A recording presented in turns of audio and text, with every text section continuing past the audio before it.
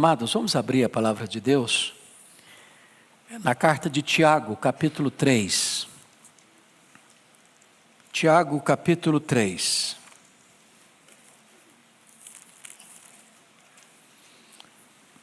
Faremos a leitura do verso 1 ao verso 12.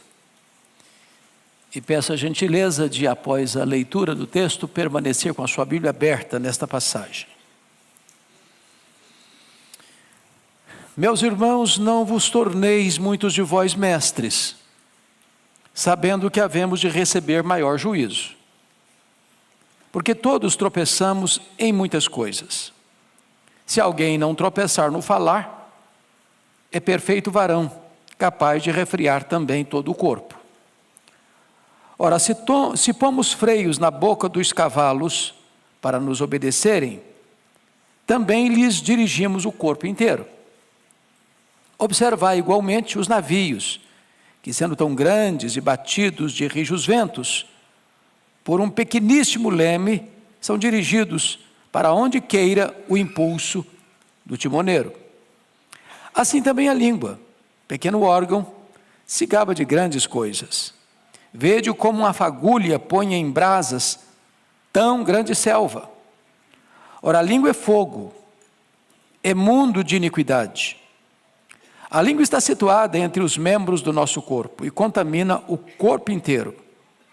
E não só põe em chamas toda a carreira da existência humana, como também é posta ela mesma em chamas pelo inferno. Pois toda espécie de feras, de aves, de répteis e de seres marinhos se doma, e tem sido domada pelo gênero humano. A língua, porém, nenhum dos homens é capaz de domar. É mal incontido, carregado de veneno mortífero. Com ela bendizemos ao Senhor e Pai, também com ela amaldiçoamos os homens feitos à semelhança de Deus.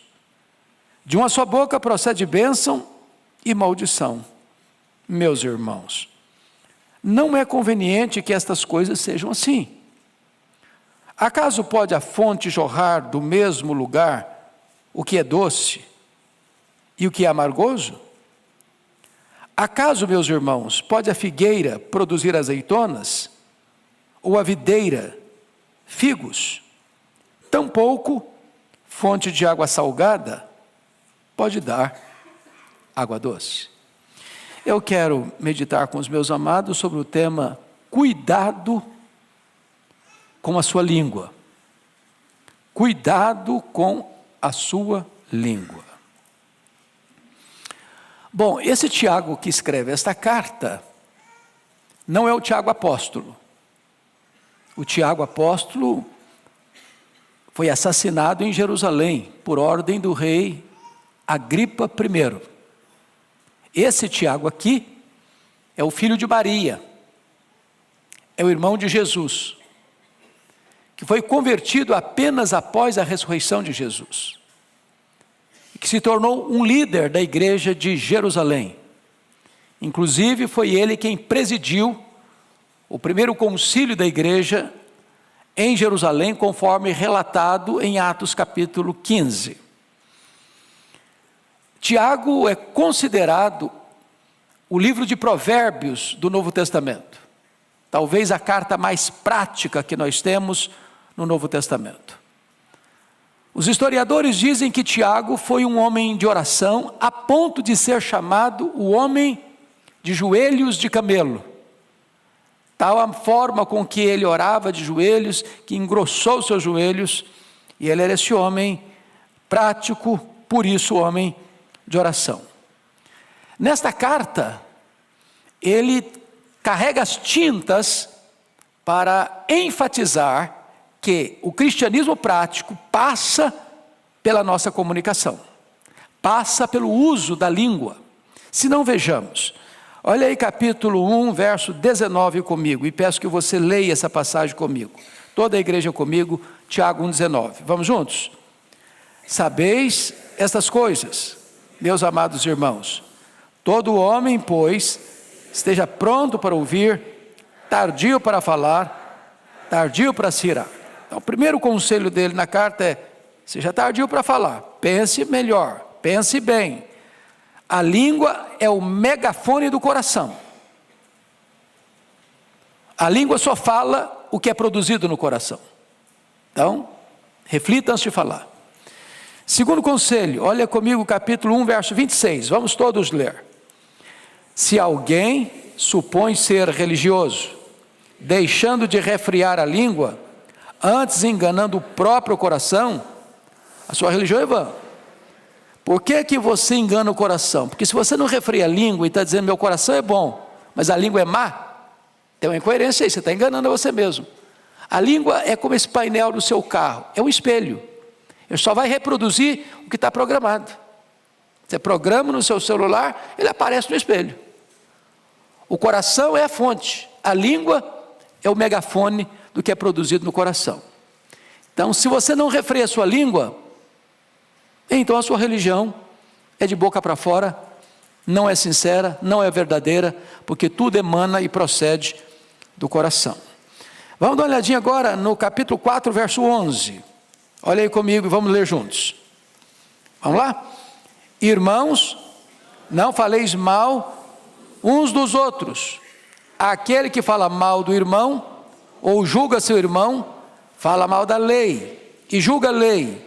Ora, se julgas a lei, não és observador da lei, mas juiz. Então, preste atenção. Sobretudo nesse tempo de tanta polarização política, ou de tantas tensões no Brasil, às vezes nós corremos o risco de sermos colhidos falando mal. E às vezes falando mal de irmão. E Tiago está nos exortando aqui que nós não somos juízes, nós somos irmãos. E nós não devemos falar mal do irmão. Porque estamos falando mal do irmão, nós estamos julgando a lei e não obedecendo a lei. Bom, mas agora nós vamos nos concentrar no texto. Porque não há nenhum texto da Bíblia tão exaustivo e tão lúcido e tão claro e tão detalhado sobre o problema da língua como Tiago capítulo 3. Aliás, antes propriamente de entrar nele, me permita mais 2 textos da Bíblia que me impressionam muito. O primeiro deles é Provérbios 18, 21, quando diz que a morte e a vida estão no poder da língua. Quem bem utiliza, comerá do seu fruto. Ou seja, você pode dar vida, você pode matar um relacionamento, dependendo da maneira como você se comunica. Então a língua tem o poder de dar vida, a língua tem o poder de matar. Isso vale para o casamento, isso vale para a família, isso vale para os relacionamentos interpessoais, isso vale lá para a sua empresa, isso vale para os relacionamentos aqui da igreja.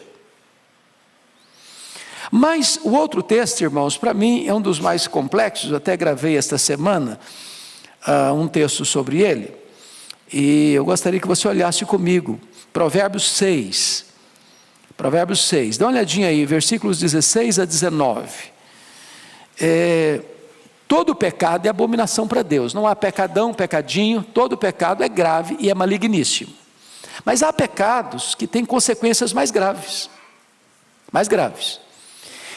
olha comigo o que Salomão vai registrar em Provérbios 6, 16 a 19, você pode ler comigo? Vamos juntos? 6 coisas o Senhor aborrece, e a 7ª a sua alma abomina. Então para um pouquinho. Então tem 6 pecados que ele vai listar aqui que Deus aborrece. Ele vai citar um pecado dentre esses 6, que é o 7º, ou dentre esses 6 não, além desses 6, que é o 7º, que aí há uma força maior na expressão. A alma de Deus abomina. Então vamos aos 6 que Deus aborrece. Primeiro, olhos altivos, orgulho. Deus aborrece orgulho. Segundo, língua mentirosa, mentira. Deus aborrece mentira. Terceiro, mãos que derramam sangue, inocente, assassinato. Desde a vida intrauterina, em qualquer fase da vida, Deus aborrece. Quarto, Coração que trama projetos iníquos. Maldade. Maldade. Deus aborrece. Quinto, pés que se apressam a correr para o mal. Violência. Deus aborrece. Sexto, pecado que Deus aborrece. Testemunha falsa que profere mentiras. Perjúrio. Último pecado, sétimo, esse a alma de Deus abomina. Ou seja, para Deus é mais grave do que orgulho, para Deus é mais grave do que mentira, para Deus é mais grave do que assassinato, para Deus é mais grave do que violência, para Deus é mais grave do que perjúrio. O que é que a alma de Deus abomina? Vamos lá? E o que semeia? Contendas entre irmãos. Para um pouquinho agora para pensar, quão grave é isso aos olhos de Deus. É por isso que Tiago diz que se você não refreia a sua língua, enganando o seu coração, a sua religião é vã. Então, dito isto, vamos agora para Tiago 3, que é o texto em pauta.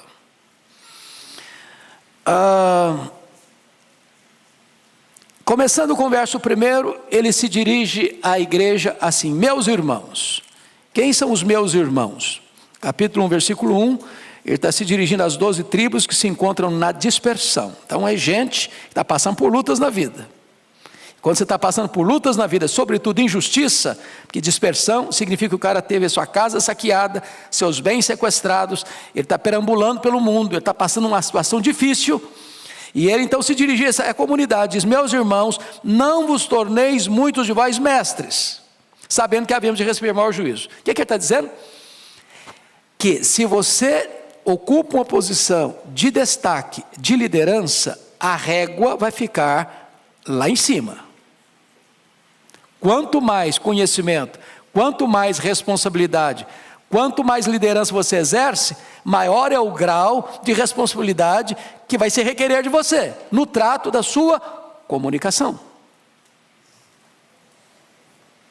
Então o fato de você ser um líder não isenta você de responsabilidade, ao contrário, aumenta a sua responsabilidade na comunicação.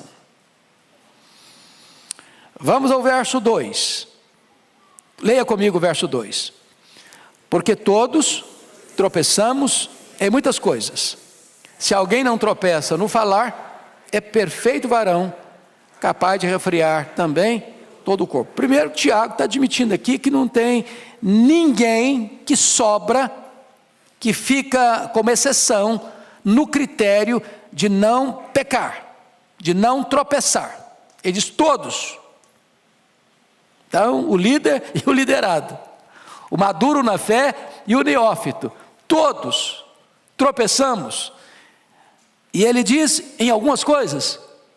Não, todos tropeçamos em muitas coisas. Então baixa a bola, porque nós não estamos aí com esse performance todo, não. Todos tropeçamos em muitas coisas. Ele está usando o todo para certamente enfatizar um aspecto específico. O maior obstáculo onde mais tropeçamos na vida é na nossa língua. Ela é tão comprida que ela serve de laço para os nossos pés. E agora, depois que ele trata disso, é como se ele mostrasse para nós duas figuras. Alguém já disse e eu concordo. A língua ou a palavra falada é como uma flecha que você lança. Depois que você a lançou, você não a recolhe mais. Falou, não dá para engolir mais essa palavra que você falou. Ela vai atingir, vai ferir, vai machucar alguém. Segunda figura, a língua é como você subir no alto de uma montanha e solta um saco de penas. Não dá para recolhê-las todas mais. Então, notinha de rodapé e conselho. Não discuta em mídias sociais. Isso é soltar um saco de penas. Não adianta depois, mas vou ter direito de resposta. Não, o que você falou vai alcançar um outro horizonte, o seu direito de resposta, ou a sua defesa, ou a sua apologia, não vai alcançar as mesmas pessoas. Então, cuidado, prudência, Porque falou, não dá para recolher todas as palavras mais. Bom, dito isto, então agora vamos observar algumas coisas interessantes. Ele vai usar aqui 6 figuras sobre a língua. A figura do freio, a figura do leme, a figura do fogo, a figura do veneno, a figura da fonte e a figura das árvores frutíferas. São 6 metáforas que ele vai usar. Instrutivas. Tiago é prático, Tiago é o Provérbios do Novo Testamento. E ele quer tornar esse assunto tão pedagógico, tão fácil de entendimento, que a melhor maneira de você ilustrar, ou orientar, ou clarear um conceito, é dando exemplo, usando figuras, imagens. Uma imagem ou um símbolo vale mais do que 1000 palavras. Então, notem comigo, por favor, versos 3 e 4. Vamos ler esses 2 versos juntos. Vamos lá? Ora, se pomos freio na boca dos cavalos para nos obedecer, também lhes dirigimos o corpo inteiro. Observai igualmente os navios, que sendo tão grandes e batidos de rijos ventos por um pequeníssimo leme, são dirigidos por onde quer o impulso do timoneiro. Então, quais são as 2 figuras que ele usa aqui? A figura do freio e a figura do leme. Eu não sei quantos aqui tiveram o privilégio, como eu, de nascer na roça, porque nascer na roça é um privilégio, sabia? É um privilégio, você tem conhecimento dos 2 lados da vida. E você já viu um potro, um cavalo jovem, com força? Ele é selvagem, ele não é dominado, não se pode montar nele, a não ser um profissional. Por quê? Porque ele tem força, e a força dele não está o quê? Domesticada. E ele é um risco, ele é uma ameaça, ele é um perigo, ele vai usar a força dele para ferir você, para derrubar você, para machucar você. Mas acontece que tem profissionais, são os domadores, e botam um freio na boca dele, daqui a pouquinho ele é domesticado. Uma criança pode subir nesse cavalo, ele tem a mesma força, ele tem o mesmo potencial, ele tem a mesma capacidade, mas agora ele obedece comando. Então, assim como o freio controla um cavalo que tem toda a força, mas não usa essa força para destruição, mas para o serviço, a língua, sendo um pequeno órgão no corpo, vai controlar você, para você não ser intempestivo, para você não ser destemperado, para você não trazer tragédias na hora de comunicar-se, mas ser o quê? Disciplinado. Segunda figura, um navio. Navio é grande, carrega muita carga, transporta muita gente, singra as águas dos oceanos mais profundos, suporta rajadas de ventos violentas, mas esse navio tão grande é dirigido por um pequeno leme, e o timoneiro está lá no leme, e vai guiando o navio, para que ele não se arrebente nos rochedos, para que ele não passe perto dos icebergs, e rasgue o casco, e chegue ao naufrágio. Esse pequeno leme na mão do timoneiro é que vai conduzir o navio para onde o timoneiro quer, um lugar seguro, para sair e chegar em segurança. O que ele está dizendo?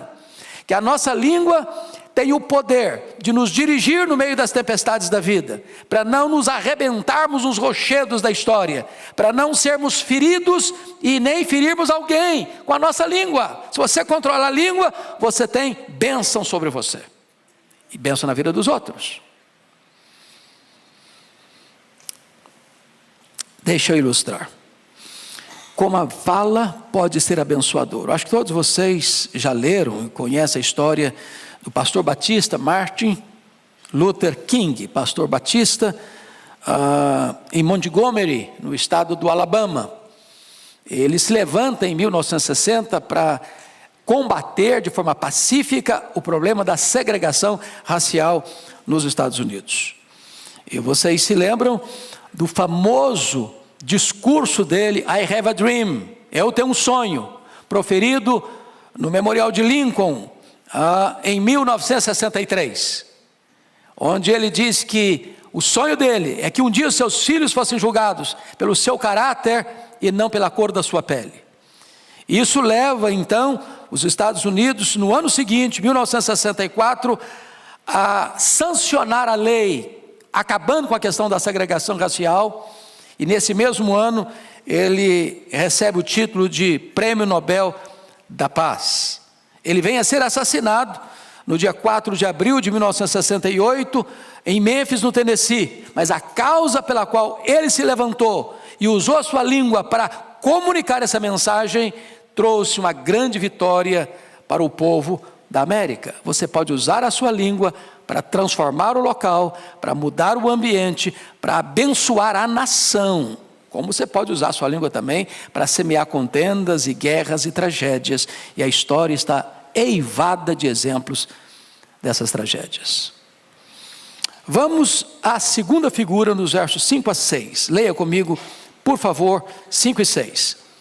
Assim também a língua, pequeno órgão, se gaba de grandes coisas. Vede como uma fagulha põe em brasas tão grande selva. Ora, a língua é fogo, é mundo de iniquidade. A língua está situada entre os membros do nosso corpo e contamina o corpo inteiro.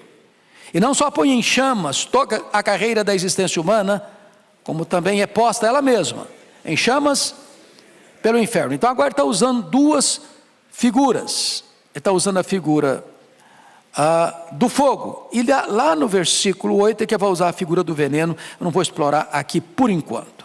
Mas vamos pensar aqui nessa figura do verso 5.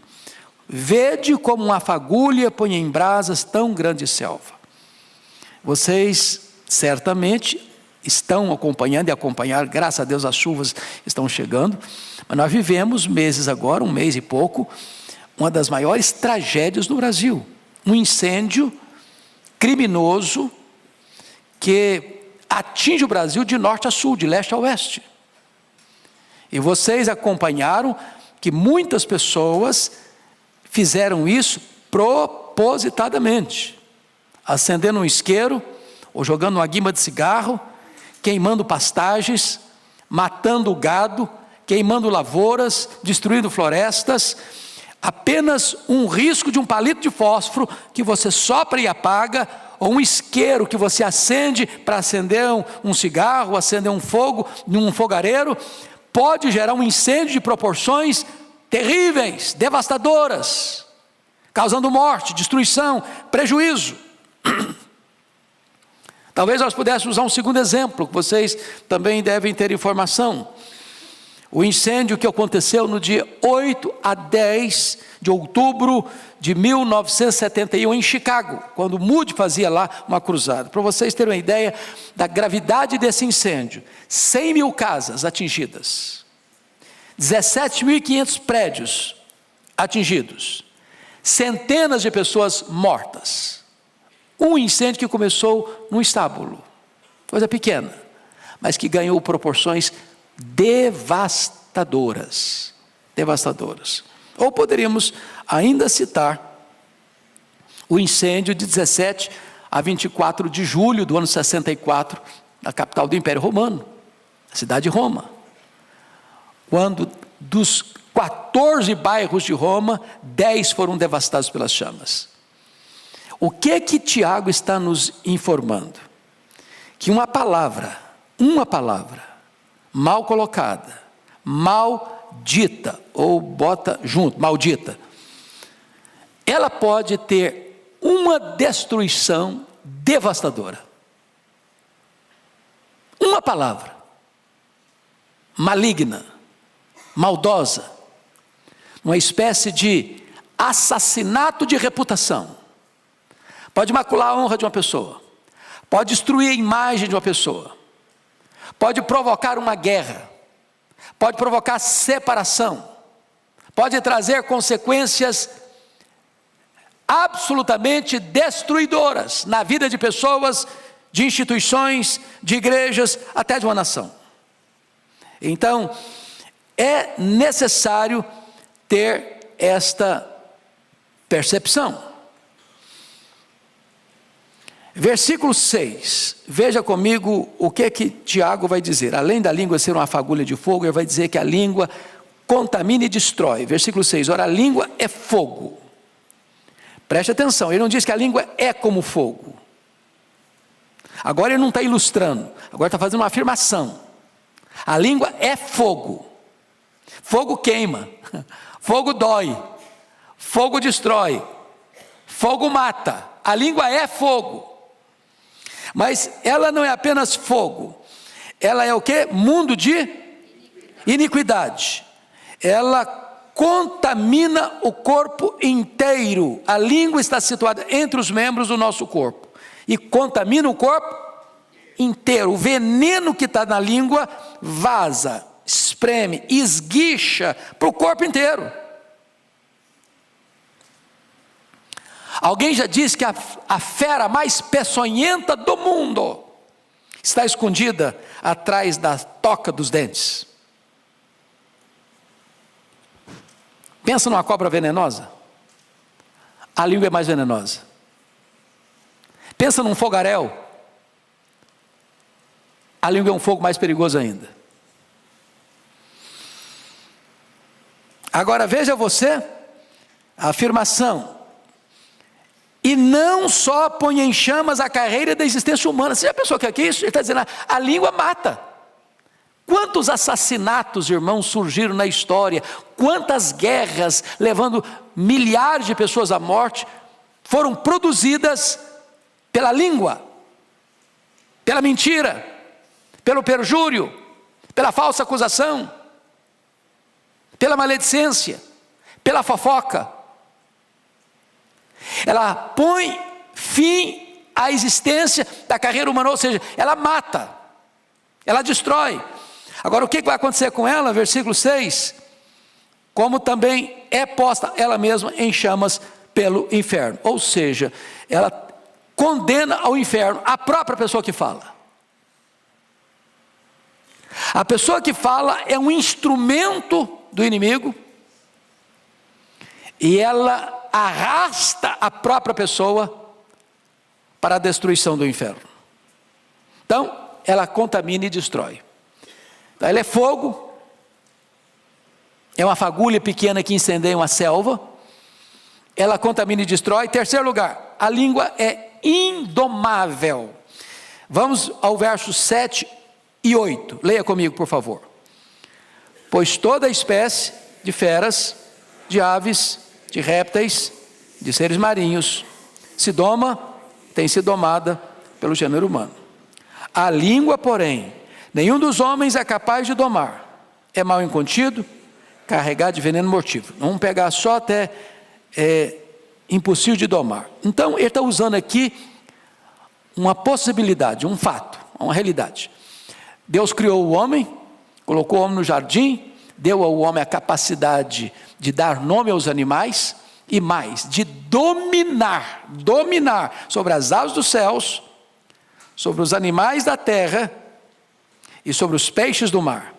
Ou seja, o homem recebe o poder de Deus para domesticar e dominar os animais voláteis, os animais terrestres e os animais aquáticos. O homem tem esse poder e de fato o homem tem exercido esse papel. Ele doma mesmo as aves dos céus, os animais da terra e os peixes do mar. O homem tem essa habilidade, essa gestão, esse governo concedido pelo próprio Deus.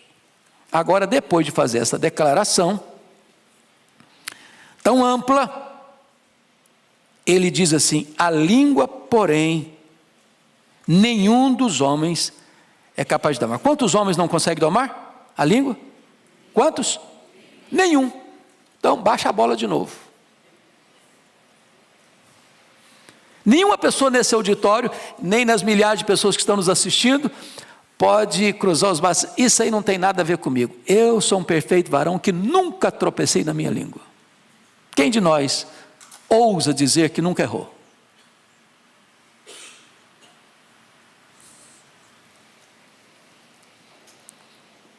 Essa é uma exortação para mim, para você, para nós. Indomável. Indomável. O pensador grego, Sócrates, tinha uma maneira de lidar com as pessoas que vinham trazer para ele notícias. Nós temos que tomar muito cuidado com as pessoas que vêm trazer notícias, porque elas querem nos informar, mas na informação vem uma dose de veneno. Não é assim? É o correio sem fio. E às vezes é o pecado que a alma de Deus mais abomina, é quem semeia contenda entre irmãos.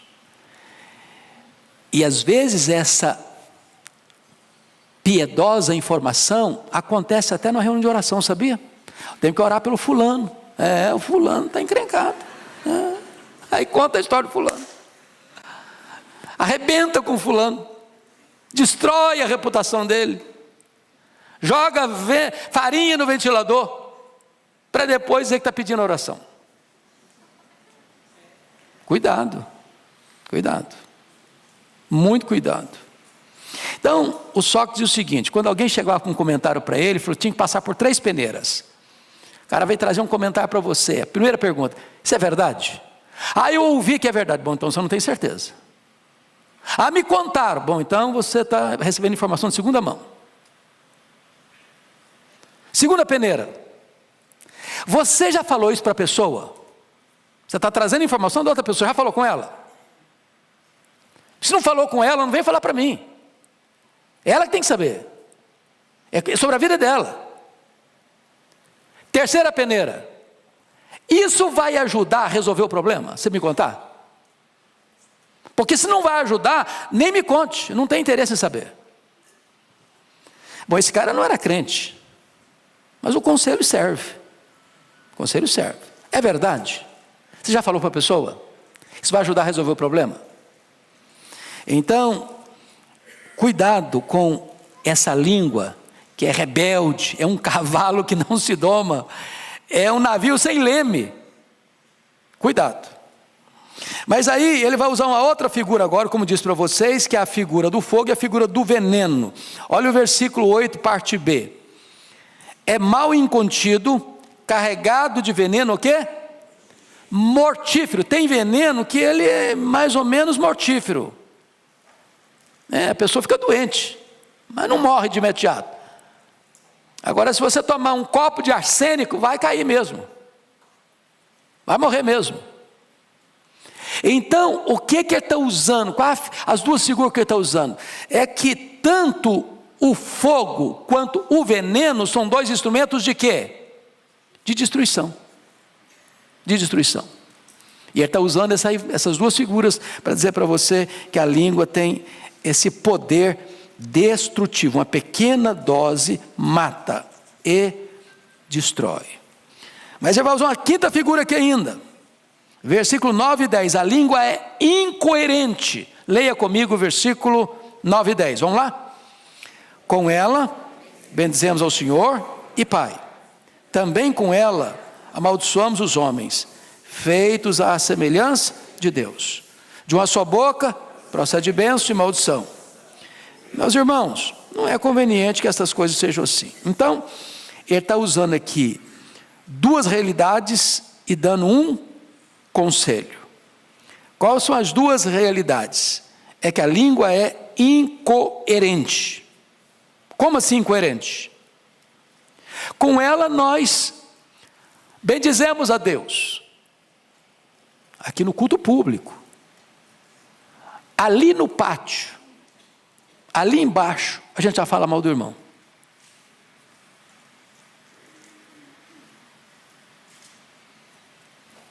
Como assim? A mesma língua? Que acabou de bendizer a Deus, está amaldiçoando alguém que foi feito à imagem de Deus? Olha a incoerência. Existe uma mesma língua, procede bênção e maldição. Eu abençoo e eu amaldiçoo, com a mesma língua. Incoerente, inconsistência. Agora, isso é a realidade, mas não é o conveniente. Ele exorta. E qual é a exortação dele? Meus irmãos, ele está fazendo um apelo para os irmãos. Veja que ele não está falando para os ímpios, ele não está falando para os pagãos. Ele não está falando para a gente não convertida. Ele está falando para a gente que nasceu de novo. Meus irmãos, isso não é conveniente. Não é porque as coisas acontecem que você agora, não, mas é isso mesmo, nós somos todo mundo fraco mesmo, nós somos tudo pecador mesmo, então deixa eu soltar a língua, deixa eu soltar mesmo o verbo, deixa eu falar o que eu quiser falar, e ninguém tem nada a ver com isso. Tem sim. Tem sim. Aquele que não refreia a sua língua, enganando o próprio coração, a sua religião é o quê? Vã. Bom, dito isto, vamos encerrar com o último ponto que ele menciona para nós. Se a língua tem o poder de dirigir, como o freio do cavalo e o leme do navio, se a língua tem o poder de destruir, como o fogo e o veneno, em terceiro lugar, a língua tem o poder de deleitar, como uma fonte e como uma árvore frutífera. Essa é a linguagem dele dos versos 11 e 12. Leia comigo, toda a igreja. Acaso pode a fonte jorrar do mesmo lugar o que é doce e o que é amargo? Acaso, meus irmãos, pode a figueira produzir azeitonas, ou a videira figos? Tampouco fonte de água salgada poderá água doce. Ele está, de certa forma, só mudando as figuras para mostrar novamente a incoerência da língua. Perceberam? Ele está usando uma outra imagem agora. Outra imagem. Agora não é bem dizer e falar mal do irmão, nem abençoar e maldizer. Ele está usando agora uma linguagem da agricultura, do campo. Então ele está falando de uma fonte. Uma fonte é o lugar de você se dessedentar, sobretudo no Oriente, onde isso era raro. Então você chega e vê uma fonte e você bebe. Vocês se lembram, quando o povo saiu do Israel, chegou no deserto e viram água e foram todos beber com muita gana, e quando beberam, o que estava acontecendo? A água era amarga, não dá para beber. Então você tem fonte de água doce e tem fonte de água salobra. Agora você nunca vai ver uma fonte produzir água doce e daqui a pouquinho água salobra ao mesmo tempo. Se é água doce, é água doce. Se é água salobra, é água salobra. O problema é que a língua é tão complexa, que às vezes dessa mesma fonte sai água doce, dessa mesma fonte sai água salgada. A mesma língua que abençoa, amaldiçoa. A mesma língua que glorifica a Deus, fala mal do irmão. Aí vou usar outra figura, a figura da árvore. Ele diz assim, versículo 12: acaso, meus irmãos, pode a figueira produzir azeitonas? A figueira produz o quê? Figo. Azeitona, a videira produz o quê? Uva. É isso mesmo que eu falei? Eu me confundi. Vamos de novo. Acaso, meus irmãos, pode a figueira produzir azeitona? Então figueira produz o quê? Figo. O que produz azeitona? Oliveira. A videira produz o quê? Uva. Ela não produz o quê? Figo. O que produz figo? Figueira. O que ele está dizendo? A fonte produz aquilo que é da natureza dela produzir. Ela é fonte doce ou salgada? A árvore produz segundo a sua espécie. Você não vai colher azeitona de figueira. Você não vai colher uva de oliveira. Então, se cada árvore produz o seu fruto de acordo com a sua espécie, o que nós fomos? Regenerados. Nós somos coparticipantes da natureza divina. Nós temos agora um novo coração, uma nova mente, uma nova vida, pertencemos a uma nova família, uma nova pátria, somos o povo de Deus.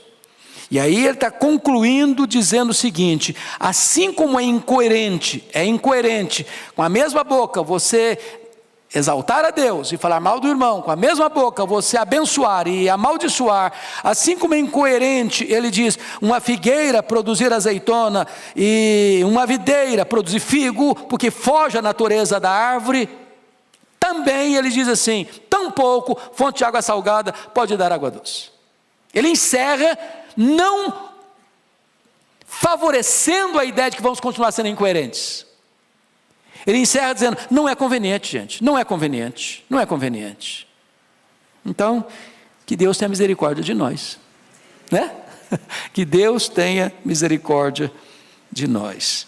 Talvez nós pudéssemos dizer como Davi, que as palavras dos meus lábios, o meditar do meu coração, sejam agradáveis na tua presença. Você pode abençoar, você pode ter uma palavra terapêutica, as pessoas podem sair de perto de você mais animadas com a vida, mais encorajadas a viver. Você pode ter na sua língua a medicina e não o veneno. Você pode ser um construtor de pontes, não um cavador de abismos. Você pode ser um ministro da reconciliação e um pacificador e não um gerador de conflitos e contendas. Que Deus nos ajude.